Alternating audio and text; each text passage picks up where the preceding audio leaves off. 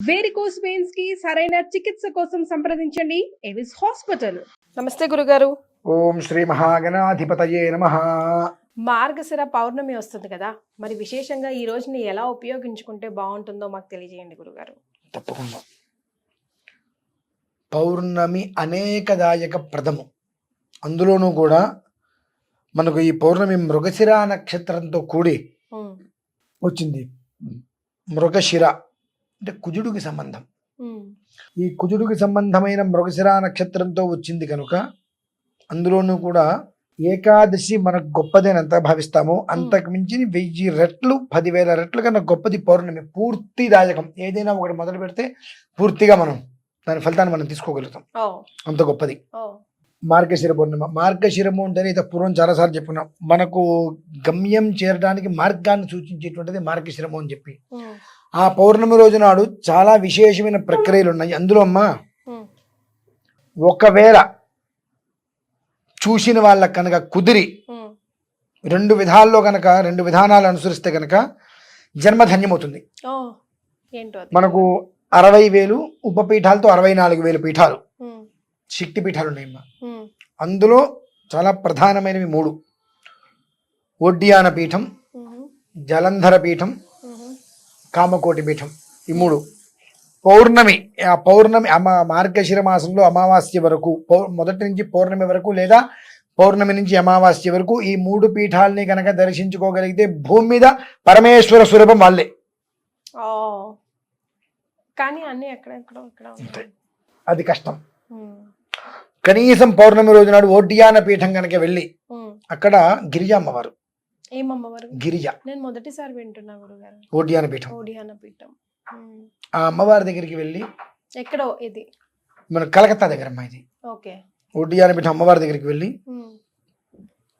దర్శనవంతరం ఆవిడ ప్రాంగణంలో కూర్చొని లలితా సహస్రనామ స్తోత్రం అది పూర్తిగా రాలేదు. అష్టమి చంద్ర విభ్రాజ దళిక స్థల శోభిత ముఖ చంద్రకలంకా భమ్మురుగ నాభి విశేషక శ్లోకం 900 సార్లు. ఆడుతూ పాడుతూ గంట కూర్చుంటే అయిపోతుంది. అష్టమి చంద్ర విభ్రాజ, ఎప్పుడూ కూడా అష్టమి రోజు నాడు, ఏ అష్టమైనా అమావాస్య ముందైనా పౌర్ణమి ముందైనా అష్టమి రోజు నాడు చంద్రుడు ఒకే కాంతితో ఉంటాడు, మారడు. అలానే ముఖ చంద్ర కలంకాభ, మనం కొంతమంది పిల్లల్ని చూడంగానే చంద్రబింబంలాగా ఉన్నాడు అని మనం చాలా ఇదవుతూ ఉంటాం. ఆ ముఖంలో ఉండే కాంతి వర్చస్సుకి ముగ్ధులమైపోతూ ఉంటాం మనం.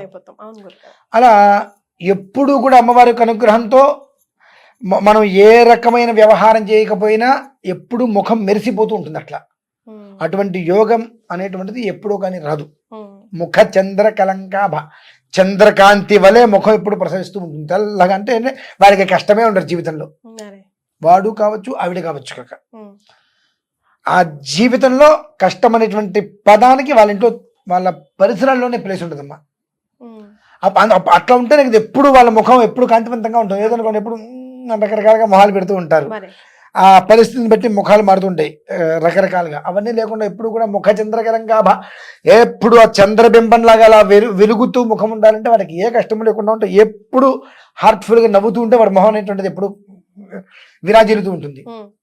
అటువంటి యోగం ఇస్తుంది. అక్కడికి వెళ్ళి ఆయన తామర గింజలు తీసుకొని, తామర గింజలు పరిచి చిన్న గుంట లాంటివి చేసి అందులో ఒక తామర గింజ పెట్టి కొన్ని ఆరాధనలు చేసుకొని అది మనం తెచ్చుకొని ఇంట్లో వేసుకుంటాం, అది వేరే విషయం.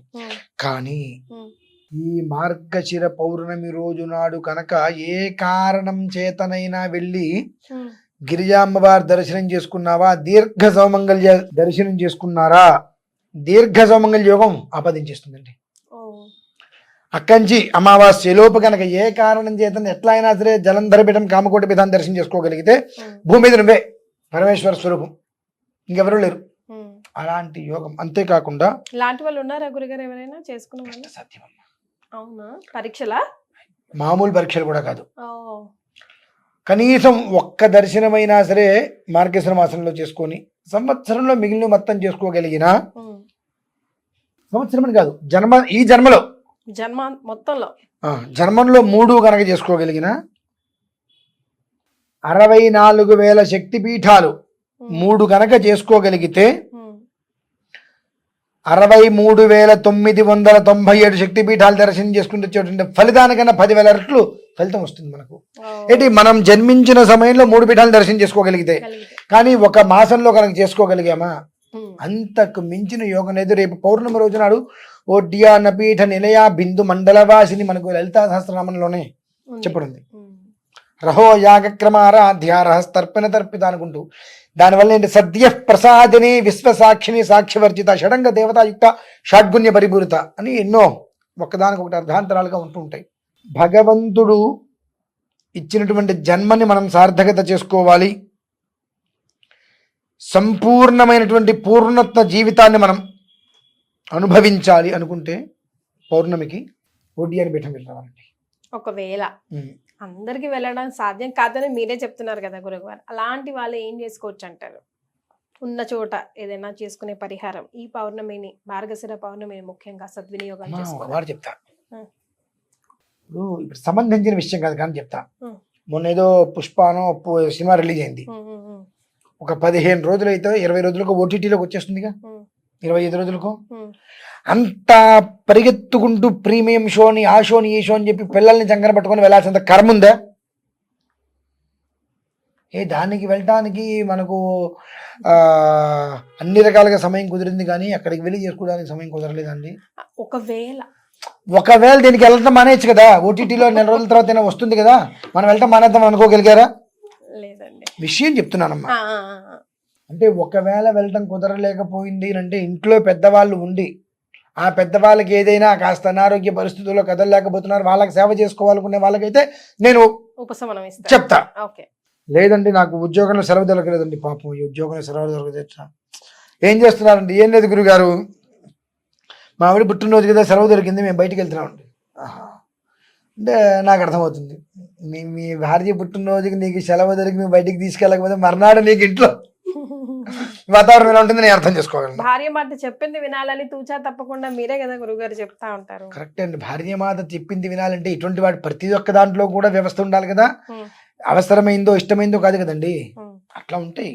ప్రధానికి చెప్పింది ఏమన్నా భార్య పుల్నోట్లు తలబట్టమంటే పెడతాడా? ఒక విధానం ఉంటుందండి, ఎంతవరకు వినాలి అంతవరకు వినాలి. అంటే భార్య చెప్పింది మనం చేయటం వలన ఏ కారణరీతి ఆ అమ్మాయికి నష్టం కలగదు అనుకున్న చెయ్యి. గురుగారు ఒకవేళ ఏదైనా కారణం చేత వెళ్ళలేకపోతే అక్కడి వరకే, అలాంటి వాళ్ళు కూడా ఉంటారు కాబట్టి ఉన్న చోటే ఏమైనా చేసుకోగలిగే పరిహారం ఉందా మార్గశిర పౌర్ణమిని సంపూర్ణంగా యూటిలైజ్ చేసుకోవడానికి? చెప్తానమ్మా. అంటే ఏదైనా కారణము అంటే ఇంట్లో ఆ అమ్మాయి యొక్క తల్లిదండ్రి వీళ్ళ దగ్గరే ఉంటున్నారు, పిల్లవాడి యొక్క తల్లిదండ్రులు ఇక్కడే ఉంటున్నారు అంటే ఆ పెద్దవాళ్ళకి ఏదైనా ఇబ్బంది వచ్చి వాళ్ళని చూసుకోవాలి అనేటువంటి పరిస్థితి వస్తే వాళ్ళు వెళ్ళలేకపోతే దానికి మార్గాంతరాలు ఉంటాయి. లేదు కాదు కూడదు అనుకుంటే మాత్రం సాధ్యమైనంత వరకు వెళ్ళి దర్శనం చేసుకోవడం చాలా ఆశ్చర్యదాయకం. ఇవాళ నేను ఇక్కడ చూశారు నన్ను, పౌర్ణమి రోజున నేను సడన్గా అక్కడ ప్రత్యక్షంగా వచ్చు, ఎవరికి చెప్పనండి, నేను ఫ్లైట్ చూసుకుంటా, ఇంట్లో ఉన్నట్టు కూర్చుంటా, మామూలుగా చూసుకుంటా, ఫ్లైట్ 7 ఉందనుకోండి బుక్ చేసుకుంటూ వెళ్ళిపోతా.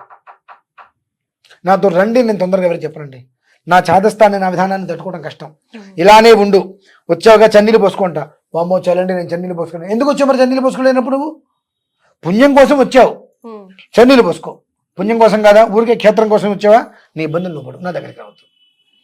మనకు కొంచెం ఫలితం కావాలంటే కొంచెం కష్టపడాలి, డబ్బు కావాలంటే సంపాదించాలంటే మనకి ఏమైనా పని దొరకాలి, పని దొరకాలంటే ఆ పని దగ్గర చదువు మనకు ఉండాలి. కాబట్టి ఇక్కడికి వస్తే అలా ఉంటుంది. నేనైతే వెళ్తా ఖచ్చితంగా, అది మార్గాంతరం. అది మా నానుకునే వాళ్ళు కొంతమందికి తెలిసిందే, నేను వస్తున్నానని చెప్పి కొంతమంది ఆల్రెడీ బయలుదేరి అక్కడికి సిద్ధపడ్డారు రావడానికి. ఎందువల్లంటే చాలా మంది నా స్వహస్తాలతో నేను చేస్తున్నప్పుడు నా చేత చేయించుకోవాలని చెప్పి చాలా మంది కోరుకున్నారు. డబ్బు పోతే పోయింది, బుక్ చేసుకొని వచ్చి రాలేని పరిస్థితి వస్తే నేను వెళ్తున్నాను, నిర్వర్తిస్తున్నాను, చేస్తున్నాను అని అంటే నేను ఇక్కడి నుంచి బయలుదేరి ఫ్లైట్లో వెళ్ళి మళ్ళీ ఫ్లైట్లో వచ్చి అక్కడ ఒక రూమ్ తీసుకొని అక్కడ వంట చేసుకొని ఇంకోటి చేసుకొని తిని అంత వ్యవహారం చేసేటువంటి దానికి నాకు మొత్తం ఎంత ఖర్చు అవుతుందో పూజ చేసుకునేటువంటి దానికి, ఆ ఖర్చును నేను డివైడ్ చేస్తాను. అది ఎంతైతే అంత చెప్తా, ఆ డబ్బులు అందించు, నేను చేసి ఆ ఫలితాన్ని నీకు అందించగలుగుతాను, అంతే కదండి. డబ్బు అవసరమా అండి మీకు? నాకైతే ఫ్లైట్ టికెట్లు ఉరికే పెట్టలేదుగా. నెల రోజుల ముందు బుక్ చేసుకుంటే 1000 కావచ్చు, ఇప్పుడు బుక్ చేసుకుంటే 8,000 9,000 ఉంటుంది. అప్ అండ్ డౌన్ వెంటనే బుక్ చేసుకోవాలి. అంటే ఒక 25,000 రూపాయలు నాకు ఛార్జీలకి పోతున్నాయి, మిగిలినటువంటి ఖర్చులు అవన్నీ నాకు ఉంటాయిగా. ఆ ఖర్చు ఎంత అవుతుందో మొత్తం టోటల్గా ఇక్కడి నుంచి బయలుదేరి నాతో పాటు ఇంకో 2-3 తీసుకెళ్లాల్సి వస్తుంది. మనందరికీ ఖర్చు ఎంత అయింది, ఆ ఖర్చుని డివైడ్ చేసి ఇస్తా. మనకు ఆ ఓడ్యాన పీఠంలో ఉండేటువంటి విధానంలో మనకు చేసినటువంటి ఆరాధనలో ఆ తామర గింజలు అవన్నీ మన ఇంటికి వచ్చి మనం క్షేమంగా ఉండి మన ఇంటి ఆ విధానాన్ని నిలుపుకోవాలనుకున్నప్పుడు కొంచెం కొంచెం తప్పదు, చేసుకోవాలి. కానీ నాతో వచ్చినా రాకపోయినా అక్కడ పూజ చేసుకున్నా చేసుకోకపోయినా ప్రతి ఒక్క మనిషికి మాత్రం వెళ్ళి అష్టమి చంద్ర విభ్రాజ అనేటువంటి శ్లోకాన్ని 900 సార్లు పారాయణ చేసుకుని వస్తే ఆ జీవితంలో 75% దోషాలు అక్కడికక్కడ భస్మం అయిపోతాయి. మిగిలింది పోతే పోయింది 4 రూపాయలు అనుకుంటే అక్కడ జలంధర పీఠం, జలంధర పీఠం నుంచి కంచి, ఈ 3 వచ్చి పీఠం చేసుకోగలిగారా. ఈ భారతదేశంలో సూర్యుడు ఎంతకాలం సూర్యోదయిస్తాడు ఎంతకాలం మనం చెప్పలేం, దేశం కాదు భూమి మీద. సూర్యచంద్రుడు భూమి మీద వారి యొక్క కాంతిని ప్రసరించేంతకాలం కూడా నీ జీవితానికి ఎలాంటి కష్టం లేకుండా భగవంతుడు కాపాడతాడు, అది మాత్రం ఖచ్చితం. ఈ సంవత్సరం వెళ్ళలేకపోయారు, ఈ వీడియో గుర్తుపెట్టుకుని వచ్చే సంవత్సరమైన మార్గశిర మాసంలో ప్లాన్ చేసుకోండి. టైం ఉందిగా, మళ్ళీ ఇప్పుడు అయిపోలేదుగా. వచ్చే సంవత్సరం మార్గశిర మాసంలో 30 రోజులలో 3 చూసే ప్రయత్నం చేసుకోండి. ఇప్పుడు కనీసం ఒక్కరినైనా గిరిజామ్మవారినైనా దర్శనం చేసుకోగలిగితే మాత్రం జన్మధన్యం, అంతేనమ్మా. తప్పకుండా ప్రయత్నం చేస్తాం గురుగారు. ధన్యవాదాలు. పరమేశ్వర.